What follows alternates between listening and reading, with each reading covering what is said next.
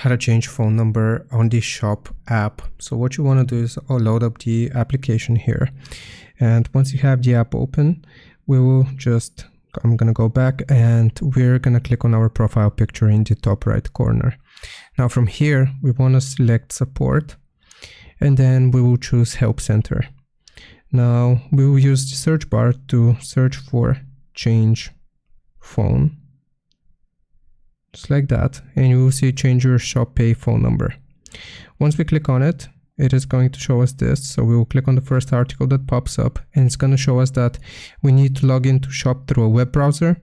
Click on continue, confirm that it's us, and then here's how we do it. In the login and security section, you will click on change next to your existing phone number, and you want to enter the phone number that you want to use and click on continue. So here we'll click on the hyperlink, which is blue. You will type out your email address. So I'll just do that and click on continue. And right here it's going to display your phone number and you can click on change, and that's where you change it. So I hope this helps. Leave a like and sub. I'll see you next time.